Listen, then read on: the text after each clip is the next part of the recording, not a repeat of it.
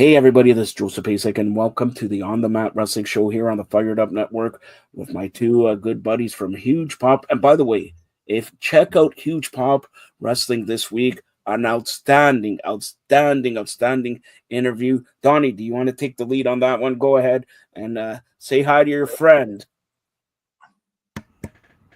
Say hi to Jimmy. I say hi to Jimmy every day. No, the other friend who you have on the show. Oh, the guest we have on the show. So really all credit goes to Jimmy. The guest on this week's show is WWE Hall of Famer Mr. Gerald Briscoe. And Mr. Briscoe doesn't do a ton of interviews, but obviously when he gets a call from his old pal, Mr. Korderas, he jumped on the opportunity. And, he does a podcast that's super entertaining with JBL. JBL is a former guest on our show, and it was great to have Gerald on. I don't think a lot of fans have any clue just how hysterical that man is. Like, he's so funny. He loves to rib. Once he finds out that you have something that irritates you, he's going to needle you until you tap out. And if you don't tap out, then he likes you, right, Jim? He's having problems with his microphone or hearing. So let's Jim try it. When you're back in, we'll get you on. So Donnie, let's start off talking about the 6-hour marathon this Saturday. Wrestledream. I wish a dream is not 7 hours. I wish it's like 3 hours. That's it. But by the way, we got again the tailgate brawl pre-show. A challenge. I know you're looking forward to this one. To be announced, Eddie Kingston and Hook versus to be announced. Let's go with Eddie Kingston and Hook. Do you agree? I mean, I guess. At the last pay-per-view, the one for AEW that was held in Toronto, Eddie Kingston had one of the worst matches in AEW history. And Hook right now is just an ice-cold commodity. I remember 2.5 years ago, people were talking about Hook and comparing him to a guy that's around the same age and Dominic Mysterio. And all the AEW fans were saying, oh, Dominic is garbage. Hook is the future. Nobody's saying that anymore. Now Hook is working the pre-show against a guy who maybe just had the worst match in AEW history. It's really weird to watch Eddie Kingston because 3 years ago, he was the hottest thing in the business. Yeah. Like, there was people, incorrectly, mind you, but there was people comparing him to Stone Cold just because of the aura the aura that he was putting out there.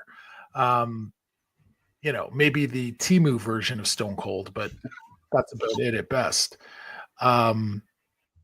I expect literally nothing from this match, except that I think it's going to go far longer than it should. I agree with that one. Jimmy, are you back on? Yes, I'm back. I don't know, some technical difficulties there beyond my control. So quickly, do you want to touch on this match before we go to the other ones? No, there's nothing more to add. I mean, this match doesn't, in my opinion, doesn't even belong on the pre-show. This is a Collision match. That's where it belongs. Put it on Collision. You don't need. I know we got more matches on this pre-show for some reason, whatever they call it, the tailgate or tailgate brawl. Tailgate brawl. Guess you know what? Why don't you show us some videos and build up the matches you got on the pay-per-view? That's what this Jimmy, I don't even know if that match belongs on Collision. What I would do, honestly, if I was AEW, is I would resurrect Dark and put this on Dark and then cancel Dark. That's what I would do. All right, so let's get to the next a tailgate match against Willow Nightingale and Cameron versus Megan Bayne and Penelope Ford. Let's go with Jimmy first. Here's the problem I have with this. You had Megan Bayne, and you had the opportunity where she got Camille'd or Wardlowed. She doesn't. You had an opportunity here to build a real threat to Toni Storm and build a long-term story with them. Instead, she's with Penelope Ford, which still has yet to be explained why they're together. And the only reason you're having Willow Nightingale on here is because people like her. Which I get it. People like her. She's very likable. She's got an organic feel about her from the audience. But you got to give me something more than, hey, people like her. We got to put her in a match with somebody. Okay, we'll throw her out there. Let's do it. All right, Donnie. Yeah, I mean, Megan Bayne Jimmy alluded to it already. She's one of those cases of, someone new comes in, the fans get on board, and they're the hot new thing for 3 weeks. And then after that, it's on to the next hot thing, because there is a lack of understanding on how to build someone and how to book them for long-term sustained success, unless the talent manages to just do it on their own, which we've seen from some people. All that being said, I think Willow is talented. I think Megan Bayne is talented. I think there's some good stuff here. I'm not going to take the negative, like, oh, they're too good to be on the pre-show. They should be on the main show. Cause like not everyone gets on the main show. Like we talk about this all the time with WWE. Not everyone gets on. There's really super over people that don't make it to the main show. And generally it's because they have a very finite amount of matches. Now it does feel worse when you have 72 matches on your main show and you don't get to be in one of them. But again, all of these pre-show matches, to be honest with you guys, they all feel like, well, you're going to be backstage anyway, so let's get you doing something. Like nothing here feels like it has a purpose. It's almost like a participation trophy, basically, is what it is. It's the Andre the Giant Battle Royal.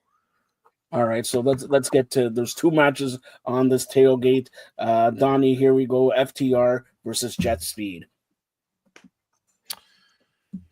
FTR and Jet Speed, and this is on the pre-show, right? Yes. Yeah, it's so weird because like FTR was in such a hot program with Adam and Christian Cage, and now we're doing this. Like this feels like exactly what I was just talking about, a lack of ability to sustain a story. Just because Adam is not on TV right now, why are FTR doing this? It feels like we're pulling away from a progression. Jet Speed is fine. I know they're internet darlings. I know that I'm very un-Canadian for not rocking with Speedball Mike Bailey. But whatever. I think most likely FTR wins this. And if they don't, I really don't understand the direction at all. Coming off of what they just did with Adam and Christian, if they're going to keep these guys prominent, then they need to beat the internet darlings. All right, Jimmy. No, I agree with that. The problem I have with FTR is we haven't seen anything different from them since their inception, since they joined AEW. Yes, they are one of the best tag teams on the planet. They're actually good at adhering to old school principles when it comes to tag team wrestling. But Donnie referred to Eddie Kingston as Timu Stone Cold Steve Austin. FTR is Timu, Arn, and Tully. Yeah, they really are. That's it. And they haven't evolved. They haven't changed. There's nothing new about them.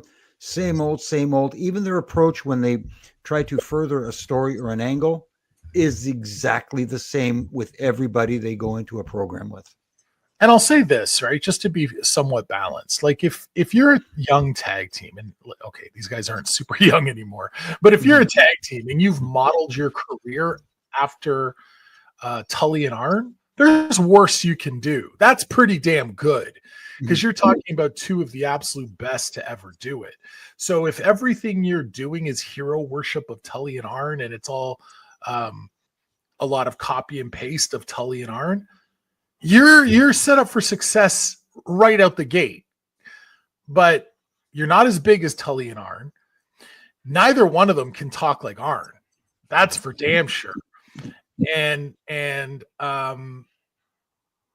they don't generate heat like Tully and Arn did. So it's almost like you remember the old days when you used to have like those what do you call them? Carbon papers, almost like a credit card bill, right? Where you like you'd make the impression go through to the back page. Yes. Yep. Like they didn't quite scratch hard enough, and they got a couple of the numbers to come through on the FTR page, but not all of them. So they're like this watered down version of Tully and Arn. But because of how much I love Tully and Arn, I always secretly kind of root for these guys. Jet Speed, to me, they're very indie-rific. Okay. So let's get to the last tailgate brawl, 8-man tag team match. Orange Cassidy, Ishii, Roderick Strong, Kyle O'Reilly versus the Death Riders, Pac, Claudio, Wheeler Yuta, and Danny Garcia. Let's start off with Jimmy in this one. Oh boy, can we call this a cluster furnum? Yes, it's a tailgate brawl. Come on. That's exactly what it is. And again, this feels like our participation trophy again. You know, we're going to talk about Moxley, who's in a big match with Darby Allin. You know, these guys are going to play a factor. You don't need to present them before that match happens. So I don't understand that. It makes no sense to me, other than, oh, yes, here they are. Guess what? They may invade in the main event or the semi-main or whatever designation the Darby and Mox match has.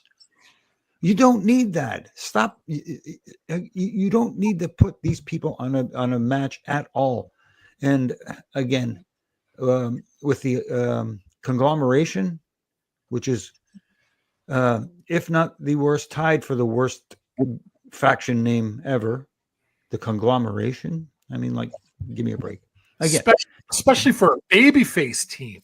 Right. Conglomeration is literally an evil entity of some massive company that swallowed up a bunch of other companies. Mm-hmm. It's the stupidest babyface I've ever heard in the history of professional wrestling. Why don't you just call them the Infection? Okay, there's no tie. They win. Okay, Donnie, who's your pick? I don't care. Go to the next match. All right. So let's here's go to the pay-per-view. Yeah. Pay-per-view. Jamie Hayter versus Tekla. Donnie. I don't know, man. I feel like, okay, I'm going to tell you, for a lot of these matches, there's going to be what I think should happen, but what I think is going to happen because Tony Khan books like a fan.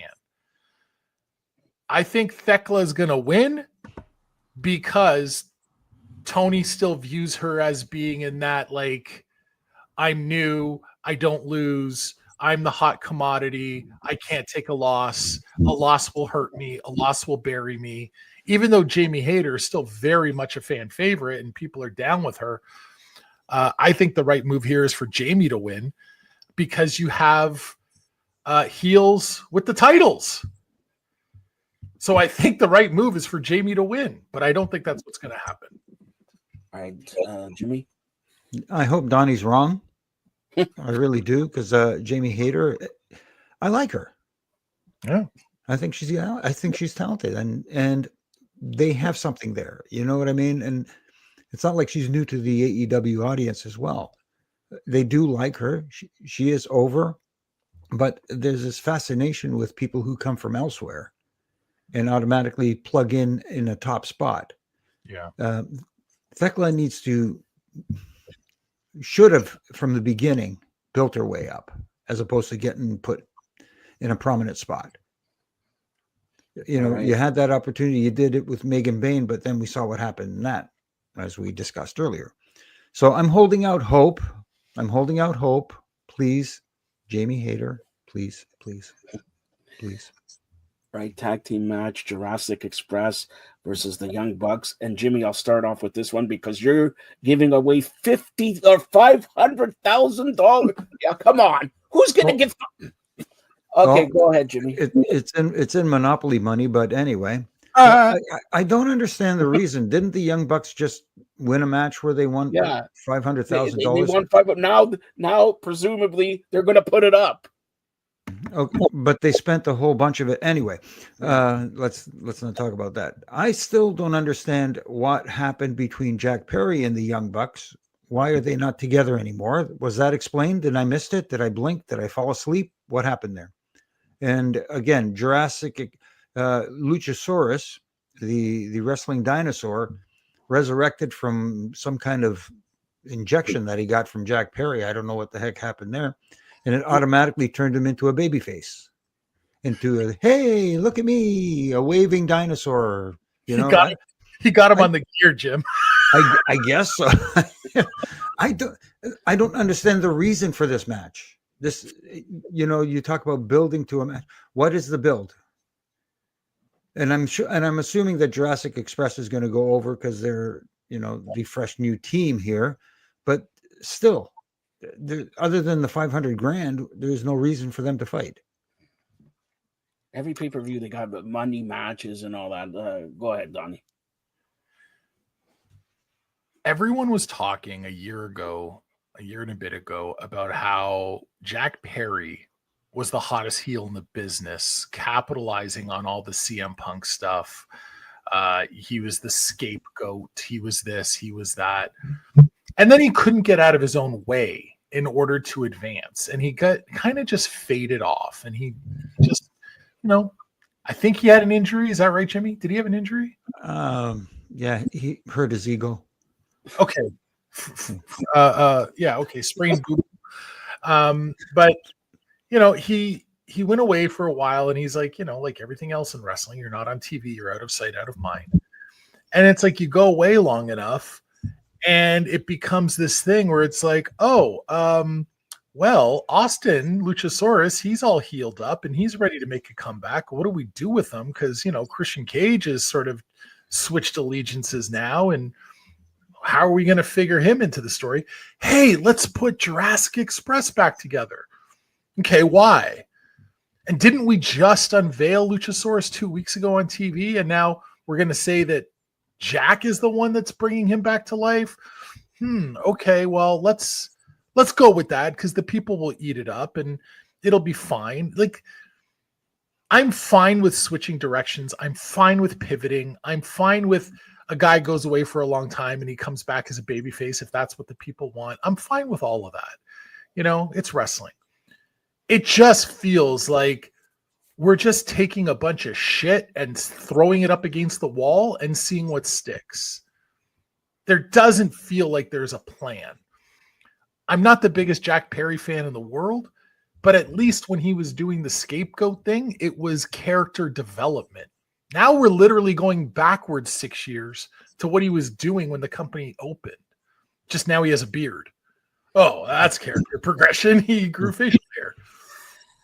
All right, so it took him 6 years to grow that beard, by the way. Anyway. And they will win. You can bet the mortgage, because you pop for the song that they go crazy about, Jurassic Express. Come on, everybody, that's what they're waiting for. That's probably the only reason. Yeah, they turned him babyface again, is for that damn song. Then pull a new shot, play it through the whole match, because the match is going to be the shits. It is. All right. Wait. Over under on super kicks. 14. Oh. 127. I mean, Austin has one too, right? Everybody in the match does it. Yeah. So there's going to be. I mean, if we're going to be real, I'm going to say there's going to be at least 9 super kicks, at least. I go over 9, 14. Yeah, I'll take the over. All right. Tornado trios, because the double super kick counts as 2. Oh, you get me with the technicalities, Korderas. All right, Tornadoes trios tag team match. The Hurt Syndicate up against the Demand, Ricochet, Bishop Khan, and Toa. Let's start off with Donnie. So one thing I know from past interviews on Huge Pop that we have done with MVP and Shelton Benjamin is those guys really do like the Gates of Agony guys. They were clear. They really like those guys. and they wanted to work with them and they wanted to build them up. And I think is the case with any veteran in professional wrestling that has a clue of what the business is about. You want to build up and showcase younger talent. You know, this notion of, oh, they just want to never lose and they want to bury everybody. That's not how you make money in the wrestling business. So no, nobody wants that. That all being said, I would have thought that this was heading towards the heels. I mean, they're kind of both heels, but the more heels, the Demand, which by the way, rivals the Conglomeration for one of the worst faction names ever. I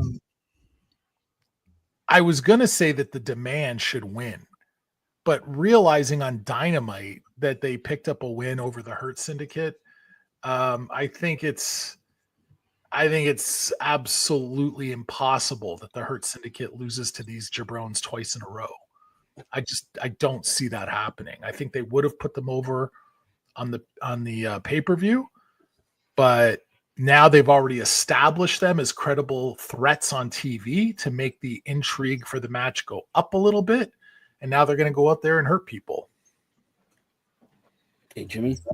Well, if you want to talk about who is the most over trio in this match, it's hands down the Hurt Syndicate. Yeah. I mean, regardless of what they do, they're getting cheered.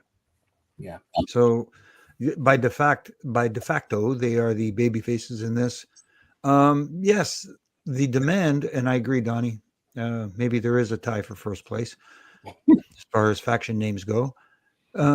They did get the win, but if I'm not mistaken, didn't they do a tables match before that, a trios tables match where the Hurt Syndicate won?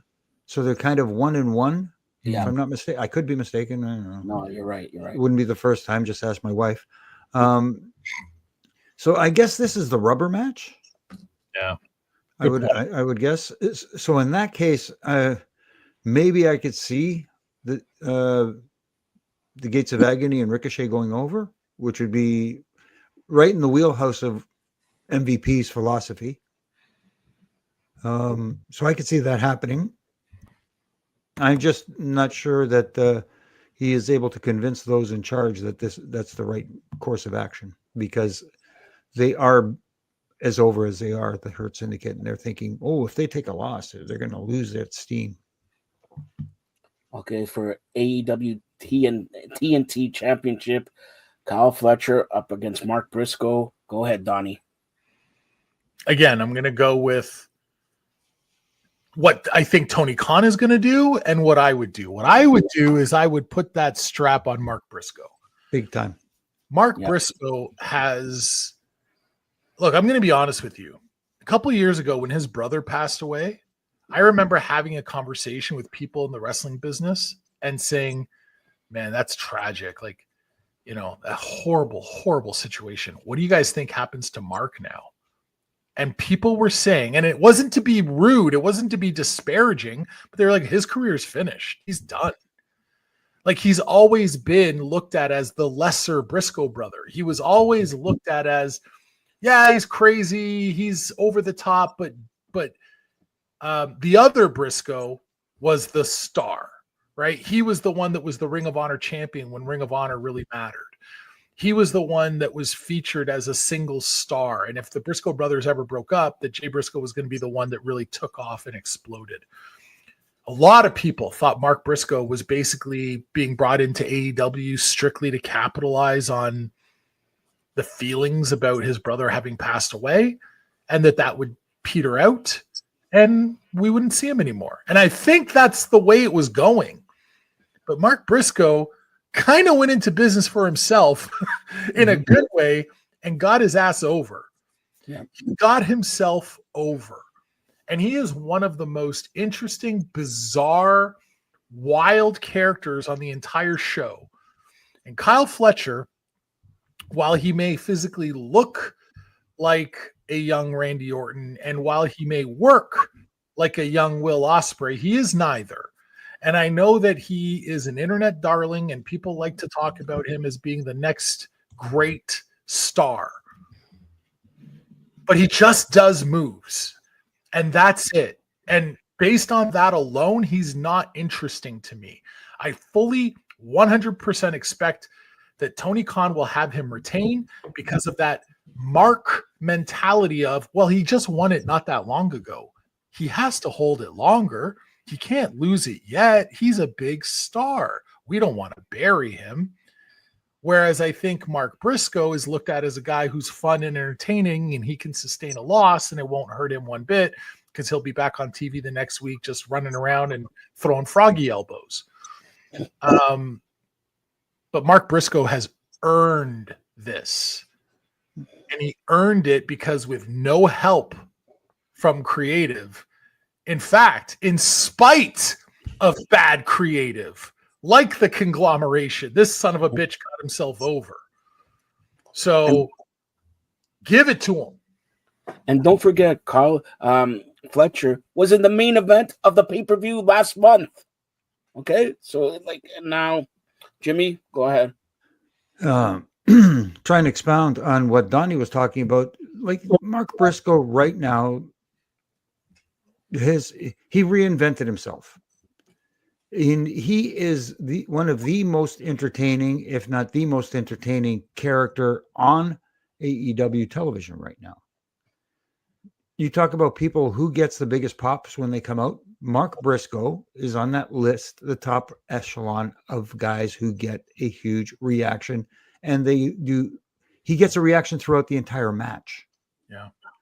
This guy is over. But Jimmy, why does he get a reaction all match long? What does he do that 90% of the guys in that company don't do? He doesn't do twisting, burning 450 hammer Phoenix splashes. He's not relying on the moves, right, to keep the crowd engaged. It's all character. Exactly. It's all character. And most of these guys, if they have a character, the character shuts off the second the music stops. Right. You know? They go into full wrestler mode. 100%. Yeah.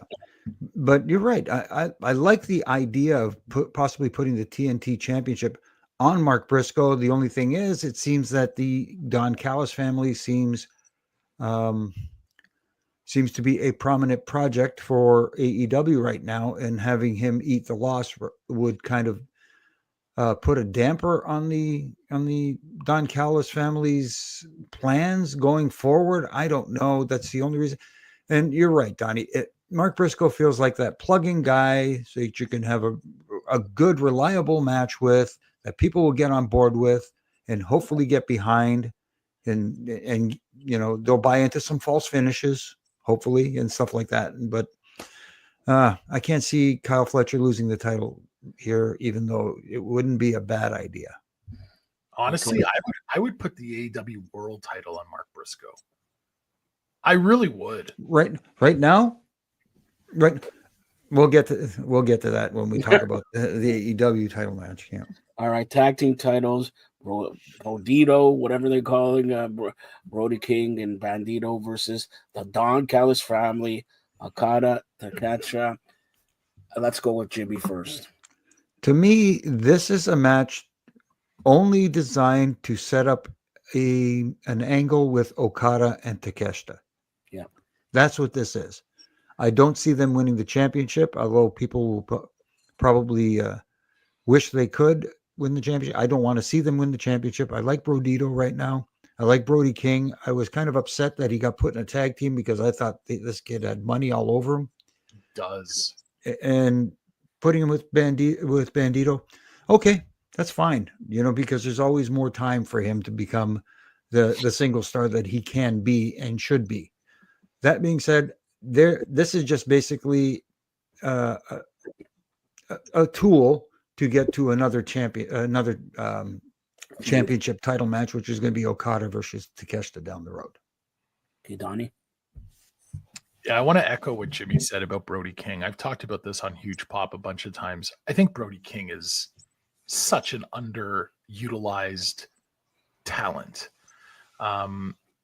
And I will echo my partner's statements with a caution. Yes, there is time to put him on that singles run later because he's really getting over right now as a part of this tag team.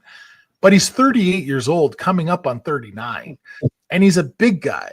And big guys don't naturally age well in pro wrestling. Like the aches and pains sort of catch up a little quicker than they do with the little guys, especially with the style that he works.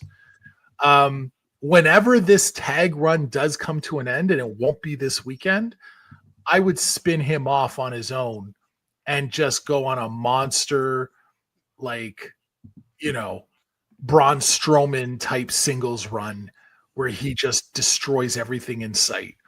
And historically, AEW has not booked big guys well as singles guys. I don't think anyone over 6'3" has ever been their heavyweight champion, which is bizarre to me. But that kid is a star. The last pay-per-view that they had when Takeshita and Okada were in that triple threat match and they're working against each other, I was really cheesed about the fact that Don Callis is on commentary and could not give any perspective as to why these guys were in a match against each other when they're part of the same faction, and why they're not going easy on each other or double teaming the other guy that's not part of their faction, and whether or not this was going to lead to any tension or dissension or what have you between these two Japanese stars in the same faction. It did not feel like a situation where Callis was trying to downplay it. It felt like Callis didn't have the answers because management hadn't told him. Right. That's what it felt like, because Don Callis is excellent at talking on his feet if he has the requisite information. But I don't think he was trying to book the angle by himself. And I don't think anyone had actually figured it out. I hope Jimmy is correct that this is to lead towards some kind of big Takeshita versus Okada program. A little birdie told me this week that Takeshita's AEW contract is coming up for renewal in the near future. And with him having just won the IWGP championship, the word is that New Japan is planning to give him all the money to come back to New Japan as a full-time member of their promotion. No one has really beaten Okada straight up. So if that's the way that they're going to catapult Takeshita moving forward, it's probably a good option. But yeah, as far as this tag match, the only way I see that they could possibly win is because Tony hates making either one of these guys lose, especially Okada. And they decide to do a we don't really get along, but we're the tag team champion type angle. Donnie's just pissed he wasn't invited to Don Callis' birthday. All right, so that's it. All right. I'll go next year for the 80th. And so I'm going to ask you guys, Mercedes Moné, who has 10 belts. 10. God. Okay, she's not even on the pay-per-view. 10 belts. You hold 10 belts and you can't defend one. Anyways, I digress here. I dare anybody out there to name 3 of those belts. You can't. Outside of the AEW one. By the way, on that note, I did some research this week because someone was bringing up to me regarding her attacking Dave Meltzer for naming, what's her name? Sarai from Japan as the #1 women's wrestler this year. Right. And not her. And my first reaction is, why does Mercedes give a shit about Dave's ranking of female wrestlers? And secondly, she starts going on about I'm 10 belts Monet and blah, blah, blah. And all these fans are jumping on. She has 10 belts. She's the greatest of all time. I'm like, are you all fucked? Like, most of these belts that she has, she walked into an indie promotion, took the belt, and has never been back since. I literally looked up her match statistics. There are belts that she won in June, in July, in May, where she walked into those promotions, won their title, and has never gone back. How is that good for her, for the company, for indie wrestling, for pro wrestling in general? And on top of that, to Jimmy's point, nobody can name the belt. So if you're one of these dumb indie promoters that says, well, we're XYZ Wrestling and Mercedes Moné has the XYZ Women's Championship, that's good for us. Nobody knows. Nobody knows, bro. All right, Donnie, Wait, I'm going to tell you, we got 5 minutes before you have to go, so we got to go 3 matches. So fine. AEW ladies title, Chris Statlander, Tony Storm, Donnie. Just put it on Tony Storm. Statlander's doing nothing with it. She's not over. It's ridiculous, and I'm done. All right, Jimmy. I don't mind that, but Tony Storm is getting stale with that same old every week. Let's see what kind of query. Wrong word. I mean, crazy, offbeat, sexual innuendo I could come up with and all that kind of stuff. You know when they lost me in this one? When they did the ear-to-ear lying on the mat promo face. It was supposed to be face-to-face that they were supposed to have on Dynamite. It ended up being ear-to-ear because they were lying on their back with their heads beside each other, talking to each other. You know what that made me do? Click what's on the other channel. You know what? I tuned out. There was a moment in this program that lost me too, but it wasn't that one, although that one was egregious. It was I'm going to be on my knees and let you hit me in the face with the belt. And then they're going to refuse to do it. So then the heel is going to get on her knees and say, hit me in the face with the belt as some sort of sign of honor and trust or something.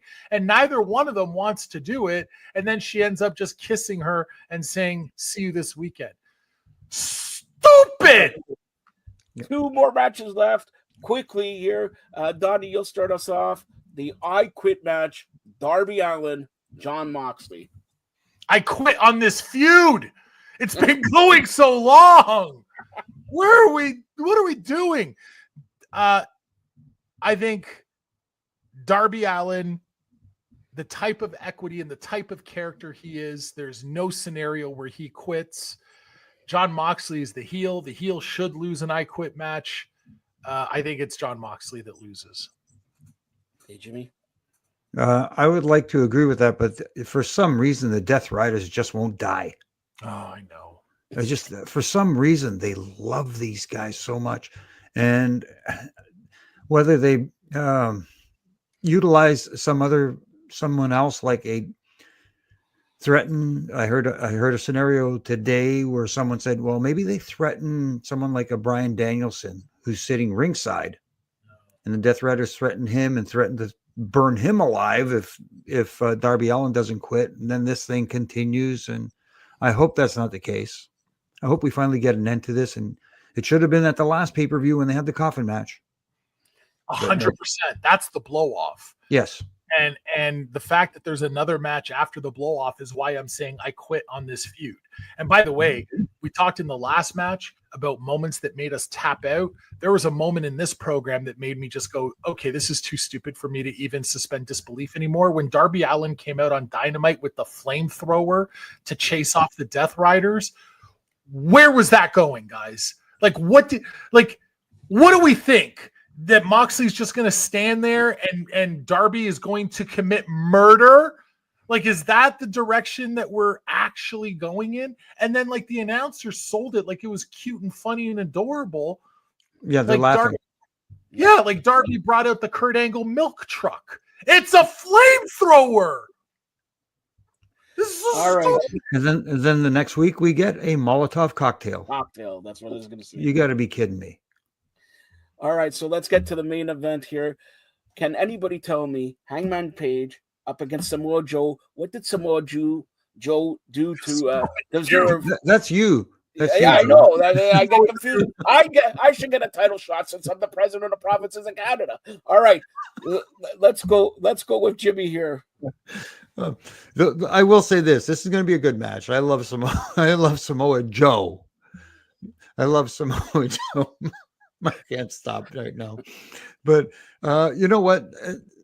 Samoa Joe is the best plug-in guy you need in a main event spot when you got nobody else to face your champion. They have set nobody up. They have no other heels that that are credible as a challenger to the AEW championship. So what do? Hey, Joe, we'll put you in here. At least we're going to have someone who looks credible, who looks like he can beat his ass, and we can at least get to the next program, whatever that is. We'll figure that out as we go along because we book from week to week. Go ahead, Donnie. This match to me is symptomatic of a bigger problem, not just in AEW, but pro wrestling as a whole, because WWE is guilty of this as well, and so is TNA. All these North American companies are terrible at booking programs for their babyface heavyweight champion. They always book these one-offs that don't matter. When the champion is a heel, all these companies are really good at building a chase, because the babyface loves to chase and the fans love to get behind a chase. But when we have a babyface champion, we get all these plug and play insert options that no one believes is actually going to win. Are they all talented? Yes. Are they all capable? Yes. Samoa Joe's a former AEW world champion. Great. He hasn't been a prominent singles force since he lost that title. He's kind of been mired in all this six-man stuff with the ops.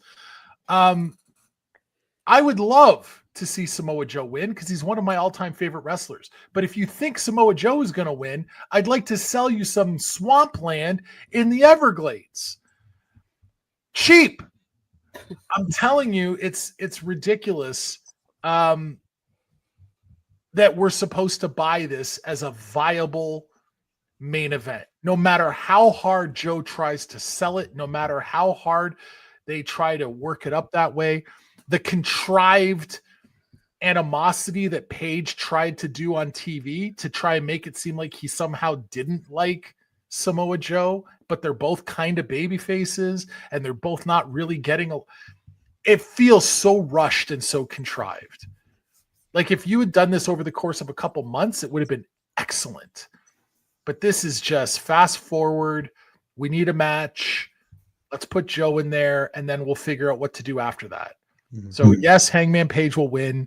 And I think Triple H, Tony Khan, all those guys need to spend a little bit more time thinking about how do we build sustainable programs for our babyface heavyweight champions. Okay, Jimmy.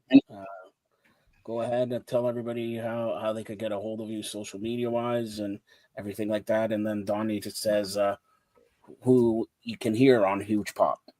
Okay. You can catch me on Twitter at Jimmy Korderas, on Instagram at Real Jimmy Korderas. You can catch me not only on Huge Pop, but on Reffing It Up with the Good Brothers in Stripes there. And you can catch my Reffing Rants from Monday to Friday on all my social media platforms, spewing a little knowledge on people. And if you disagree, come at me, because guess what?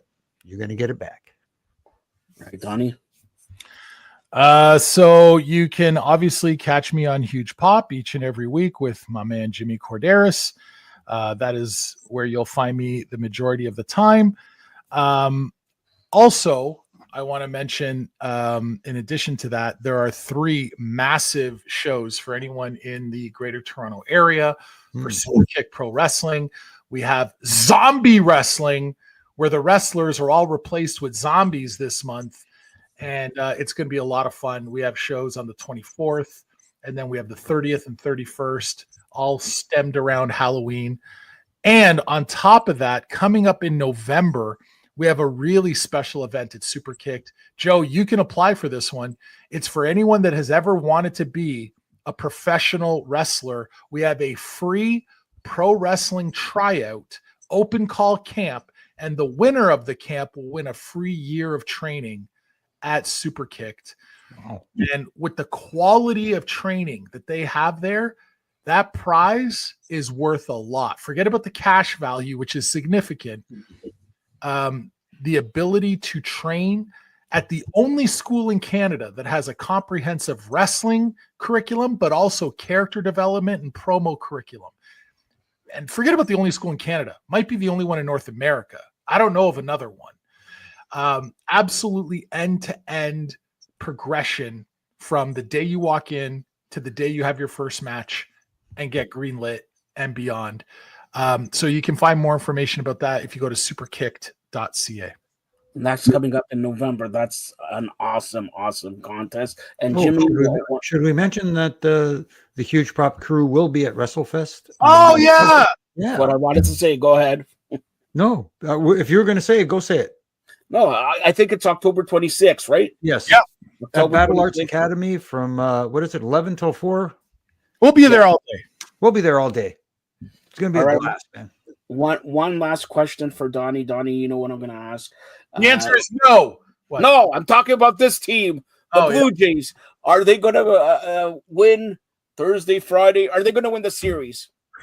It's all going to depend on what happens in Game 4. Max Scherzer has to turn the clock back and have an old school performance. I do think that there is value in having an experienced Hall of Fame caliber pitcher, even though he's past his prime. I think there's value in having a guy like that on the hill against a team that's relatively playoff inexperienced. And especially coming off the absolute ass whooping that the Mariners took in Game 3, their confidence has to be shook a little bit. And this has to feel like a must win for them. It's a must win for both teams. But for the Mariners to go from 2-0 and feeling like you have a stranglehold on the series to now being tied 2-2, oof, that's scary. If you go up 3-1, now you've got this thing in a sleeper hold, right? With the hooks in and everything. But if you're tied 2-2 because Max Scherzer done spun one on you, man, are you going to be thinking we let one get away? So all the pressure is on the Mariners. The Jays bats definitely woke up in a big way. I think the Mariners finally got their pitching rotation set right going into Game 4. So we'll see. Did they announce their Game 4 starter? Is it Castillo? Yes. Yeah, so Castillo's a hell of a tosser. But we'll see. I mean, at the end of the day, it's not going to matter. The Jays have been up against Cy Young Award candidates, Rodon and Fried and Schlittler and whoever it is, right? Scoble, and they've beaten the crap out of them. So I think they need to not be mesmerized by who's on the hill, and they just need to go out there and play their game, and they'll be fine. It's very possible if they win Game 4 that this thing goes Jays in 6. Jimmy, do you agree with that? Or maybe you want to talk about what's wrong with the Buffalo Bills? Never mind. Go ahead and we'll stay away from NFL because between your Bills and my Titans, we have no room to talk. So, yeah, I'm remaining hopeful. Last night was a nice surprise watching the Bats wake up, and I don't know how many times I jumped off the couch. I think that's the most exercise I've had in about 14 years. So I'm hopeful. I think this thing's going to go the distance. I really do. Wow. Okay. And remember to check out Huge Pop. Great interview this week. And remember to check out in November because that's a great contest Donnie and the boys have at Huge Pop. And October 26th, go out and visit Huge Pop. And where's it located again, Jimmy? Battle Arts Academy in Mississauga. Battle Arts Academy. Thanks a lot, Google guys. Is your friend. You can find it. And hopefully you enjoy the 12 hours of wrestling on Saturday night. Thanks a lot, guys.